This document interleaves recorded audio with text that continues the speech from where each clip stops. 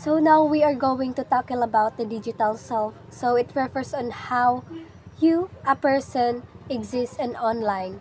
Basically, it includes how you present yourself, how you interact with other people, and how others interpret and perceive you in online.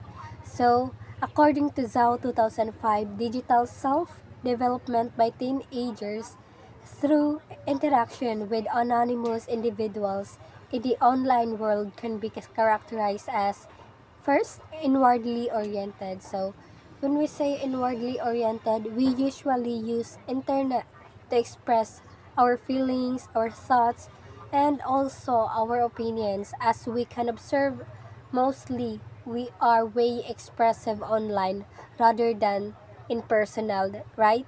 So, it can also be characterized as narrative in nature. So we create something through stories, such as posting, like any information that we share online, right? So by doing this, people may know us by sharing this information, like such as daily experiences. So third, it can also be characterized as retractable. So we can delete it, edit it, or change our shared information online. So basically, allowing us to control how others perceive us online. So lastly, it can also be characterized as multiplied. We can have a multiple identities online, like a public account for close friends only, a public account, anonymous account, or even a dump account. Um, we can use it. It depends on the audiences that we have online. So, selective self-presentation and impression management are interconnected in the concepts that plays a significant role in psychology. So according to this theory, individuals navigate through life as if they were a performers on the stage, consistently striving to shape the impression they leave on others. So basically, we post things to gain a good impressions on our audiences. So, ginapili na to kung unsa atong i-post, unsa atong i-share, or unsa atong i-show sa laing tao so that people see us in a positive way. So, we are avoiding posts that might give them a bad impression on us. Right? So, like, gina-post lang nato ang mga achievements nato in life, pero dili na to gina-post ato mga struggle in life. 'Di ba? So there are three primary reasons why people engage in self-presentation. So the first one here is to gain a tangible or social benefits. So this is to achieve desired outcomes. It is often necessary to adapt specific behaviors. And in other words, certain behaviors are advantages in a particular situation, and aligning our behaviors with the context can facilitate connection with other people and foster a sense of belonging and empathize with the needs and emotion of those around us. So basically, we show certain behaviors to achieve our goals, to connect with other people and to build relationships. So, for example, acting politely or helping with other people para makakonect sa ila and makabuild ng relationship like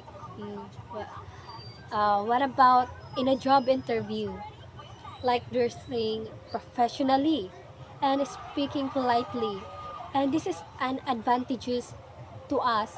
So malaki ang chance natin na makuha sa position na ginadesire nato, di ba?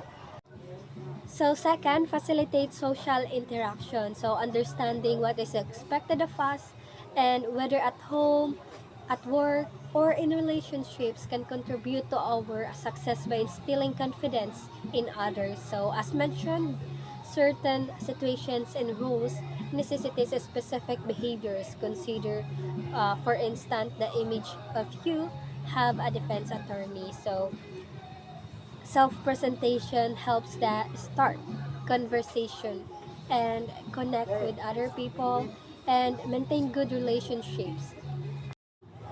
So the third one is identity construction. So we must also take consistent actions to embody that identity. And it can be argued that our real identity is shaped not solely by our self perception, but by how others perceive us. So it is how we create and how people perceive us. We need to take a consistent action if we want others to recognize that identity that we maintain to show. And if we want to be appear like kind and helpful, then we need to act that way consistently so that people recognize us as such. Okay? So as what I said earlier, impression management is intentional. So means ginasadya and conscious or maybe sometimes unconscious effort to shape how others perceive a person, object, and events. So there are 7 impression management techniques. The first one here is conformity. It is like acting like others to fit in or to be accepted. So there is an example here in the book which is the school guidelines. So like a dress code. So you need to follow the school dress code. So second here is excuses, providing explanation to avoid or minimize consequences like excuses why you were late in class. Pero we should avoid overusing excuses can lead to unreliability. So, dili pwede nga permentita late sa klase just because of traffic, di ba? So, third, acclaim or showing achievements. So, it means publicly recognizing someone's achievements to build rapport or to be better, to have a better relationships and to motivate others. And fourth is the flattery, like complimenting others, excessively complimenting someone to make them like you, like such as flattering a chef for an extra serving food. So, fifth is self-promotion. It means showing your skills, highlighting our strengths, or downplaying weaknesses to present ourselves positively. So, like social media influencers showing their best qualities. So, sixth is favors. So, which means doing something kind for others to establish reciprocity or reciprocity and gain acceptance, such as taking extra work for others. And lastly, association, like connecting yourself with respected or popular people to boost your image. So, connecting with specific individuals to protect or enhance our self image, like networking at conferences to expand industry contact.